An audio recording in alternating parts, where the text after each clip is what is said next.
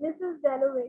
तो मिसेस डैलोवे जो है टाइटल जो है उसका, वो टाइटल कैरेक्टर जो है प्रोटैगनिस्ट जो है नॉवल की, उसके ऊपर ही बेस्ड है। मिसेस डैलोवे कौन की? क्लैरिसा डैलोवे, उसका जो रियल नेम था वो क्लैरिसा डैलोवे था। उसका उसको उसके ऊपर बेस्ड ये नॉवल है मिसेस डैलोवे। और मिसेस डैलोवे जो है ये लिखा है, it was written by Virginia Woolf in 1925। लेकिन ये स्टोरी बताता है जो 1923 में का एक डे है, वेंसडे को। 1923 वेंसडे की एक एक दिन की स्टोरी है। तो यानी कि इसकी the story of Mrs डेलोवे is comprises of one day. ठीक है, is comprises of one day, एक दिन की स्टोरी है। सिर्फ पूरा नॉवल जो है वो एक दिन की स्टोरी पे लिखा हुआ है। ये क्योंकि एक नई टेक्निक थी, क्योंकि ये मॉडर्न नॉवल है, तो मॉडर्न नॉवल में अब ये मौजूदा दौर में तो इस तरह की टेक्निक्स जो है वो यूज की जा रही हैं। बहुत सी मूवीज हैं जिनमें ये टेक्निक्स यूज हुई हैं। कुछ जो आजकल की मूवीज हैं, जैसे एक आई थिंक 24 एक मूवी का नाम है, और दो तीन और मूवीज हैं जिनमें ये टेक्निक यूज हुई है। लेकिन उस वक्त ये एक न्यू आइडिया था जब मिसेस डैलोवे लिखा गया था इन 1925। तो ये एक न्यू आइडिया था, क्योंकि तब नॉवेल्स जो हैं इस पैटर्न पे नहीं लिखे जाते थे। इस तरह की कोई हमारे पास नहीं होता था। इस तरह से नॉवल आपने पहले पढ़े हैं जो इस तरह से नहीं लिखे जाते थे कि एक दिन की स्टोरी हो। तो इससे पहले जो है जेम्स जॉयस ने जो लिखा था यूलिसस 1922 में लिखा था। इसमें और उसमें ये कॉमन है कि वो भी एक दिन की स्टोरी थी। वो जो एक्शन था पूरे नॉवल का, यूलिसस का, वो भी एक दिन पे मुश्तमिल था। एक दिन में पूरी स्टोरी थी। यूलिसस बाय जेम्स जॉयस। यूलिसस आपको सुना हुआ लग रहा है? शायद सुना हुआ लग रहा हो, क्योंकि हमने टेनिसन की पोम पढ़ी थी इसके ऊपर, यूलिसस। यूलिसस जो कि असल में क्या है, एक मिथ थी यूलिसस की। ग्रीक मिथ थी, पुरानी मिथ थी, जिसके ऊपर होमर की ओडिसी बेस्ड है, जो कि ओडिसियस का ही एक दूसरा नाम है किसी और लैंग्वेज में, यूलिसस उसकी स्टोरी थी। तो उस पर मॉडर्न नॉवल लिखा था जेम्स जॉयस ने। वही जेम्स जॉयस जिसका वर्क हमने पढ़ना है, portrait of an artist as a young man.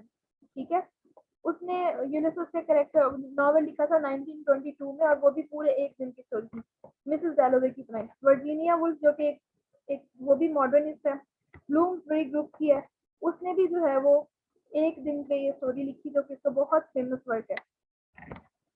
तो हम इसकी सबसे पहले जो है इसके जो मेन कैरेक्टर्स हैं, प्रिंसिपल कैरेक्टर्स हैं, उनको देख लेते हैं। तो फिर स्टोरी इसमें कुछ खास नहीं है, क्योंकि क्योंकि ये मॉडर्न नॉवल है। मॉडर्निज्म जो है, ये मॉडर्न एरा में जो है एक्सपेरिमेंट्स हो रहे थे। एक्सपेरिमेंट्स हो रहे थे, तो ये जो इसमें प्लॉट जो है ना वो यूजुअली नहीं होता, क्योंकि ये स्ट्रीम ऑफ कॉन्शियसनेस नॉवल है। तो वो जो थॉट्स होती हैं, स्ट्रीम ऑफ कॉन्शियसनेस आपने ऑलरेडी कई लोगों ने डिफाइन कर दिया हुआ है। वो होता क्या है कि एक तरह का इंटरनल मोनोलॉग होता है जो इंसान सोच रहा होता है। लेकिन ये राइटिंग में जो है वो इस तरह से आपको शो किया जाता है कि जिस तरह आप सोच रहे होते हैं ना, आपकी सोच को मिमिक करके राइट किया जा रहा होता है। मिमिक करके मतलब कॉपी करके, मतलब आप सोच रहे होते हैं, आपकी कोई आप पंक्चुएशन मार्क्स या फुल स्टॉप नहीं आ रही होती आपकी सोचों की, तो इसी तरह वो विदाउट मच पंक्चुएशन होता है जो जो पैराग्राफ्स होते हैं स्ट्रीम ऑफ कॉन्शियसनेस के, और वो आपके थॉट्स को जो है मिमिक करते हैं। जैसे आप देखेंगे मिसेस डैलोवे में भी, जो मिसेस डैलोवे और एक और कैरेक्टर है सेप्टिमस स्मिथ, ये ज्यादातर जो है वो अपने थॉट्स में ही रहते हैं, और इनके थॉट्स के जरिए इनके इनके कैरेक्टर जो है वो रिवील हो रहे होते हैं। और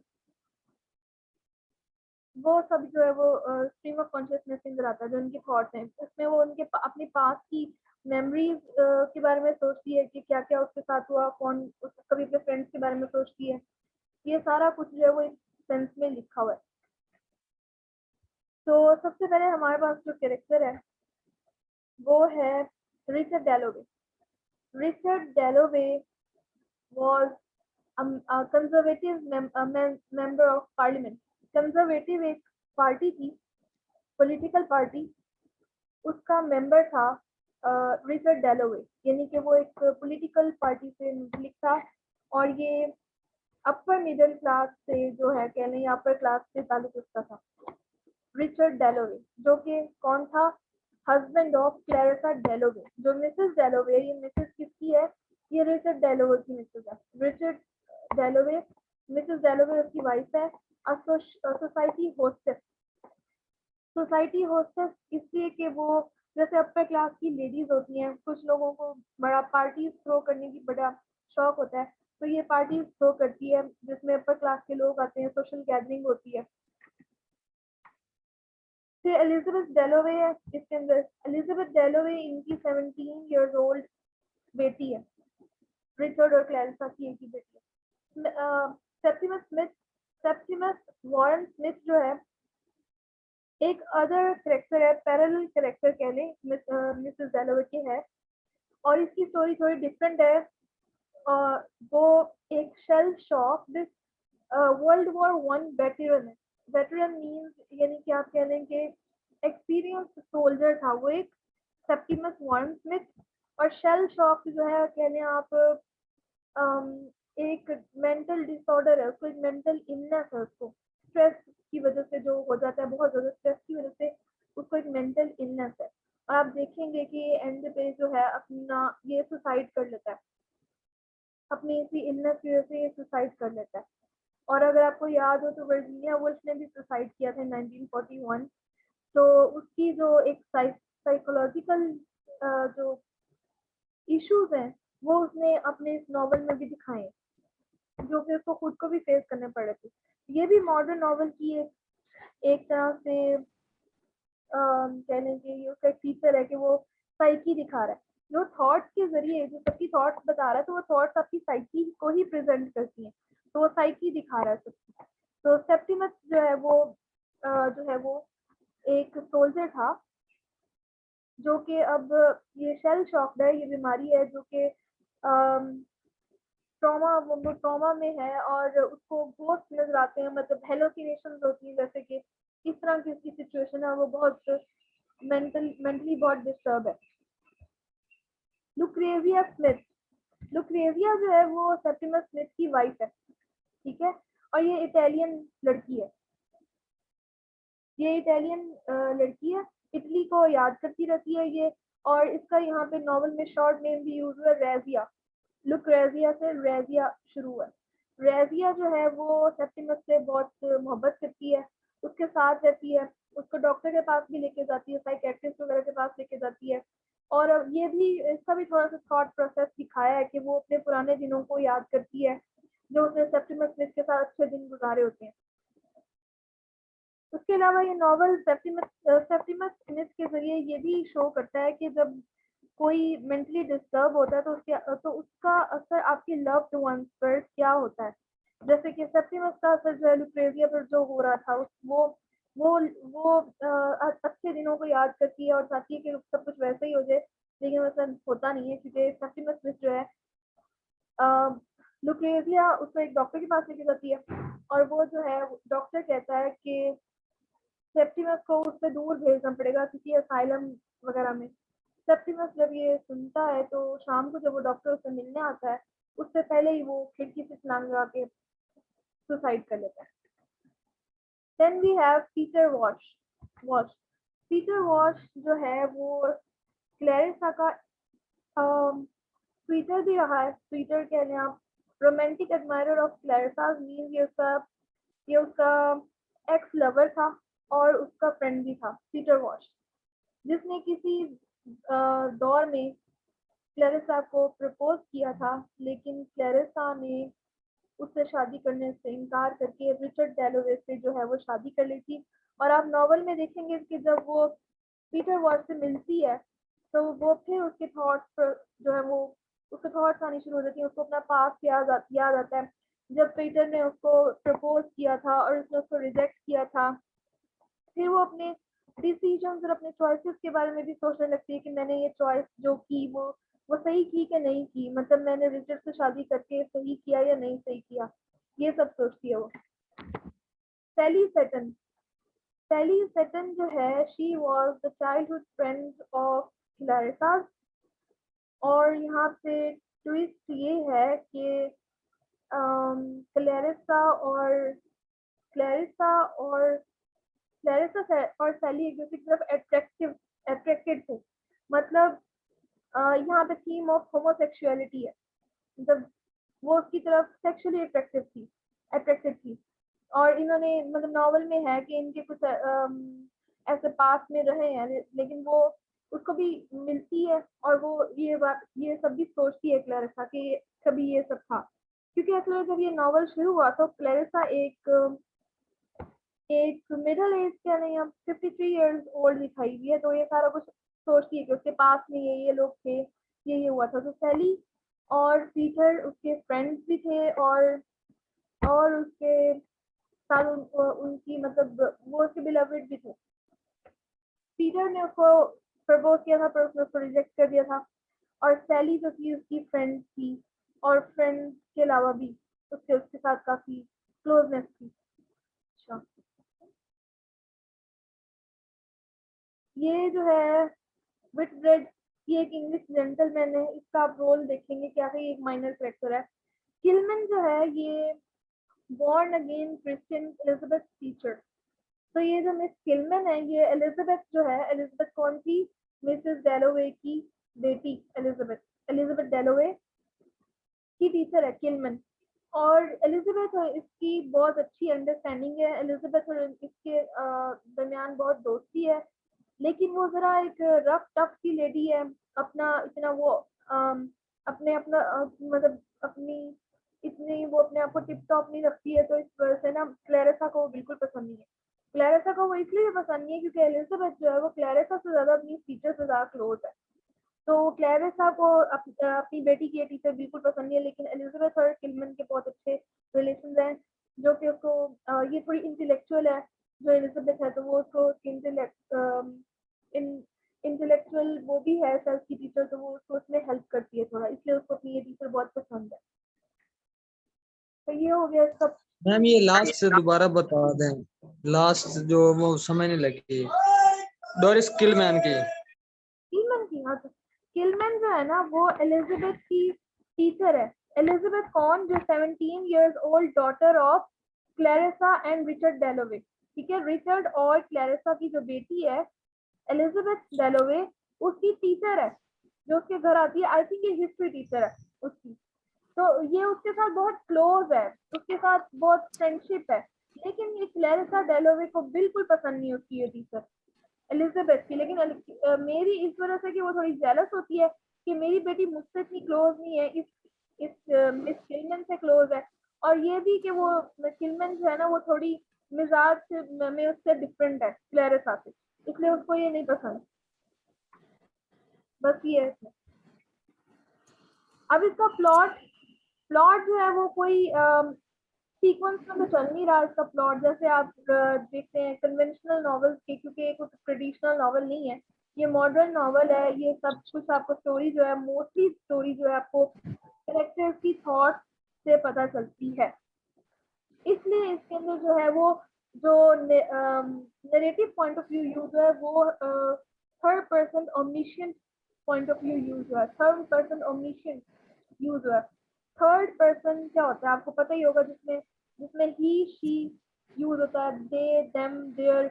इस जो थर्ड पर्सन प्रोनाउन यूज होते हैं ना, वो third person point of view होता है। फर्स्ट पर्सन जैसे कि होता है आई, वी, ये हो गया ना कि I saw this, I did this, वो first person point of view होता है। Second person point of view होता है जब एक तरह से नरेटर जो है वो डायरेक्टली रीडर से बात करो, यू कह के, यू। और ये बहुत कम नरेटिव होता है लिटरेचर में या नॉवल में। थर्ड पर्सन जो है वो सबसे ज्यादा कॉमन है, लेकिन यहाँ पे यूज हुआ है third person omniscient point of view. Omniscient का मतलब होता है ऑल नोइंग। तो omniscient जो narrator होता है वो he is a god like narrator who knows each and everything, who knows the feelings and thoughts of each and every character, जो हर character की feelings और thoughts को जानता होता है, उस उसको omniscient narrator कहते हैं। तो इसमें omniscient narrator है, ठीक है। फिर इसका प्लॉट जो है वो बिल्कुल एक जैसे कन्वेंशनल प्लॉट होता है वैसे नहीं है। शुरू में हमने यही देखा है कि क्लैरिसा डेलोवे होती है, वो शुरू यहाँ से ही होता है। फर्स्ट लाइन में भी यही है कि क्लैरिसा जो है वो फूल लेने के लिए जा रही होती है, फूल लेने के लिए जा रही होती है पार्टी के लिए। अपनी पार्टी उसने एक शाम को देनी है, उस पार्टी के लिए वो फूल खरीदने जाती है। तो रास्ते में वो कुछ लोगों से मिलती है, उसको नई नई चीजें याद आती हैं। वहीं पे उसको एक दफा जो है पीटर वॉश भी मिलता है। पीटर वॉश से वो जो उसका लवर था, उसको फिर वो याद आता है कि ये मेरे किसने कभी मुझे प्रपोज किया था। फिर वो उसके बारे में सोचती है कि मेरी चॉइस अच्छी थी या नहीं, कि मैंने रिचर्ड से शादी की तो सही रहा या नहीं रहा, इस तरह से। और फिर सैली सटन भी उसको मिलती है, सैली वो जो उसकी फ्रेंड थी वो भी उसको मिलती है। फिर उसके बाद जब वो घर आती है, ये बिल्कुल मैं मेन बता रही हूँ इसमें, क्योंकि कोई बीच में उनकी थॉट प्रोसेस चलता रहा है, जिससे हमें स्टोरी का ज्यादा पता चलता रहा है। फिर जब वो घर आती है, उसका हस्बैंड जो होता है रिचर्ड डेलोवे, वो गया होता है किसी पॉलिटिकल लोगों के साथ, वो किसी जगह पे वो गया होता है पार्टी में या इस तरह से मीटिंग में गया होता है। तो जब वो आता है तो वो क्लैरिसा के लिए फ्लावर्स लेकर आता है।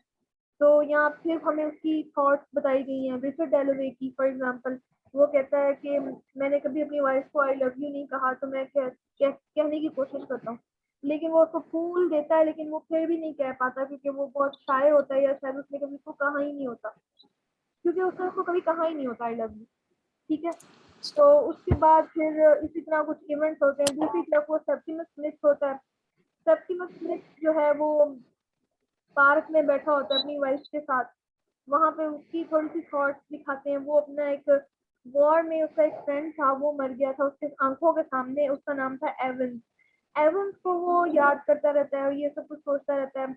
लुक्रेजिया उसके साथ ही बैठी होती है, वो पुराने दिनों को याद करती है जब उसके अच्छे दिन थे और उसने अच्छा टाइम स्पेंड किया सेप्टिमस स्मिथ के साथ। वहीं पास ही कहीं जो है वो उसी पार्क में कहीं ये भी बैठा होता है, पीटर वॉश भी आके थोड़ी देर के लिए वहां पे बैठ जाता है। वो भी कुछ सोच रहा होता है इसी तरह से। वो इंडिया में रहता होता है, वो इंडिया से यहाँ पे अपने किसी काम के लिए आया होता है, जो पीटर वॉश है, और उसने वहां पे किसी डेजी नामी लड़की से किसी से उसने शादी की होती है। फिर उसके बाद सेप्टिमस को वो एक डॉक्टर ब्रेडशॉ या ब्रेंडशॉ आई थिंक नेम होता है उसका, उसके पास लेके जाती है लुक्रेजिया। साइकेट्रिस्ट होता है, और वो साइकेट्रिस्ट कहता है कि इसको जो है ना हमें असाइलम वगैरह में रखना पड़ेगा, यानी उसको लुक्रेजिया से दूर होना पड़ेगा। वो ये बात सुन लेता है। फिर उसने शाम को भी किसी डॉक्टर ने उसको पास मिलने आना होता है, या उसको शायद असाइलम लेके जाने आना होता है। जब वो आता है तो ये सेप्टिमस जो होता है ये खिड़की से छलांग मार के खुदकुशी कर लेता है। शाम को फिर क्लैरिसा की पार्टी होती है। जब पार्टी में जो डॉक्टर ब्रेडशॉ था वो भी इनवाइटेड होता है, वो वहां जाता है और वो जाके क्लैरिसा को और वहां के गेस्ट को बताता है कि आज जो है एक पेशेंट को लेके जाना था असाइलम और उसने सुसाइड कर लिया। वो उसके बारे में उसको बताता है। तो थोड़ी देर के लिए जो क्लैरिसा है ना वो कुछ सोचने लग जाती है, क्योंकि आप देखेंगे इसमें एक ये भी थीम है कि Clarissa was enthusiastic about her life but she also wants to die. वो कभी कभी उसको मरने का भी ख्याल आता होता है, ये कुछ उसकी थॉट्स होती हैं। कभी कभी उसको मतलब वो अपनी लाइफ के बारे में सोचती है, और वो सेप्टिमस स्मिथ के बारे में भी थोड़ी देर सोचती रहती है। फिर उसको कोई पीछे बुलाता है तो फिर वो वापस चली जाती है, और वहाँ इस पार्टी में जो उसने रात को थ्रो की होती है, बहुत बड़ी पार्टी, तो उसमें पीटर वॉश भी आया होता है, और उसकी जो फ्रेंड सैली होती है वो भी उसमें आई होती है। ये दोनों भी उसकी पार्टी में होते हैं। तो उसमें यही है ज्यादातर उसकी थॉट्स वगैरह के बारे में, और ये सब यही इसकी स्टोरी होती है कि वो सेप्टिमस मर जाता है और ये इस तरह सोच रही होती है और फिर वापस अपनी पार्टी में चली जाती है। इसका यही एंड है। बाकी बीच में इन सब कैरेक्टर्स को, जो मैंने आपको कैरेक्टर्स को डिफाइन करके बताया, इनके थॉट प्रोसेस ये जिससे हमने इनके आपस में रिलेशनशिप का पता चलता है सारा मैम वो स्टोरी कितनी ज्यादा समझ नहीं लगी। इनकी थॉट्स, इनकी मेमोरीज, स्टोरी है ही नहीं इतनी, मतलब स्टोरी क्या है, कुछ भी नहीं, कि एक होस्टेस है मिसेस डेलोवे, वो पार्टी थ्रो कर रही है। वो सबसे पहले शुरू यहाँ से होता है कि वो फूल लेने गई है, फूल लेने गई है तो वहां पे वो कुछ चीजों को देख के, कभी इधर से वहां से जहाज गुजरता है, एरोप्लेन एक सिंबल है, ठीक है, वो उसको देख के कुछ याद आता है, लोगों को उसको देख के कुछ और याद आता है। वहाँ सेप्टिमस स्मिथ भी कहीं होता है, उसको वो जहाज देख के वो वॉर वगैरह याद आ रही होती है। मिसेस डेलोवे कुछ और सोच रही होती है, बाकी लोग कुछ और सोच रहे होते हैं। पर्सपेक्टिव जो है, डिफरेंट पर्सपेक्टिव, ये भी इसका एक, इसमें एक है कि आपको शिफ्टिंग पर्सपेक्टिव है लोगों के, वो आपको देखने को मिलेंगे इसमें। वो जब इवन फ्लावर्स जो है वो भी सिंबल है इस नॉवल में, फेमिनिटी को, ब्यूटी को जो है वो रिप्रेजेंट कर रहा है। और वो फिर फ्लावर्स लेके घर जाती है, क्योंकि वो देखें वो फ्लावर्स लेने खुद गई है, हॉस्टेस है, तो वो कोई बहुत बड़ी पार्टी है ना, वो अपर क्लास को रिप्रेजेंट करती है जो पार्टी थ्रो करना पसंद करते हैं। और वो उसका हस्बैंड जो है पॉलिटिकल पार्टी में है, तो कुछ खास लोगों ने ही आना होगा ना शाम को, तो वो उसके लिए फ्लावर्स लेने गई है, फिर वापस आती है, उसको रास्ते में उसको पहले पीटर वॉश मिलता है। पीटर जो है उसका फ्रेंड होता है, और फिर पीटर को देख के उसको याद आता है, हमें वैसे डायरेक्ट नहीं बताया किसी ने कि पीटर कौन है, उसको याद आता है, इसकी थॉट्स से हमें पता चलता है कि वो उसका फॉर्मर लवर था और उसका फ्रेंड था। सैली मिलती है उसको, सैली के बारे में सोचती है। फिर दूसरी तरफ वो साइड बाय साइड दो स्टोरीज चल रही है, दूसरी तरफ हमें सेप्टिमस की स्टोरी बताई जा रही है कि सेप्टिमस जो है वो वॉर में लड़ा था। तो यहाँ पे इसकी एक थीम ये भी है कि वॉर के आफ्टर इफेक्ट्स ऑफ वॉर, क्योंकि ये लिखा गया था इन 1923 और फर्स्ट वर्ल्ड वॉर कुछ साल पहले तो खत्म हुई थी, उसके इफेक्ट्स जो थे ना वो लोगों पर थे। जाहिर सी बात है, अगर एक मुल्क में लड़ाई हो रही हो तो आपकी साइकी पे भी तो असर पड़ता है ना। तो सेप्टिमस स्मिथ जो था, वो उसके आंखों के सामने उसका एक फ्रेंड जो था वो मरा था वॉर में, एवंस, उसको वो नजर आता होता है, उस वो शेल शॉक का मरीज था, जो कि बहुत ज्यादा स्ट्रेस और ट्रॉमा की वजह से जो है वो आपको एक मेंटल इलनेस हो जाती है, वो थी उसको। एक जगह ये भी मैंने पढ़ा था कि क्योंकि ये उस जमाने में, क्योंकि वो एक सोल्जर था और सोल्जर से, और वो एक मेल था, मैन था, डिफरेंट क्रिटिक्स ने इनकी हर कैरेक्टर की डिफरेंट जो है वो इंटरप्रिटेशन की है। वो एक क्रिटिक था, सॉरी, क्रिटिक ने क्या कहा है कि वो एक मेल था, तो उससे एक्सपेक्ट किया जाता था कि वो बहुत ज्यादा स्ट्रांग रहे, बहुत ज्यादा स्ट्रांग रहे, अपने इमोशंस शो ना करे, जिसकी वजह से, लेकिन उसके दिमाग पे तो असर हुआ ना उस वॉर का, उसके फ्रेंड उसके सामने मर गया उसका, जिसकी वजह से उस पर बहुत असर हुआ। और ये जो साइकोलॉजी है उसकी डिस्टर्ब होगी, वो उसको मेंटल इलनेस होगी कि एक वो अपने इमोशंस शो नहीं कर सकता, एक वो सोल्जर है, एक वो मेल है, वो अपने आप को कैसे शो कर सकता है, रोध हो नहीं सकता, या वावेला नहीं मचा सकता, गम नहीं कर सकता। इन चीजों का इन लोगों की साइकी पे बहुत असर पड़ा। फिर बस शाम को ये फिर ये उसी दिन जो है इसकी स्टोरी चल रही होती है कि इसको डॉक्टर कह देता है कि इसको असाइलम में शिफ्ट करना है, ये सुन लेता है, और ये लुक्रेजिया से दूर नहीं जाना चाहता होता, तो ये बालकनी से कूद के मर जाता है। वही डॉक्टर जो है वो शाम को क्लैरिसा की पार्टी में जाके क्लैरिसा को बताता है ये, वो थोड़ी देर के लिए उसके बारे में सोचती है, फिर जाके अपनी पार्टी ज्वाइन कर लेती है। बस स्टोरी यही है।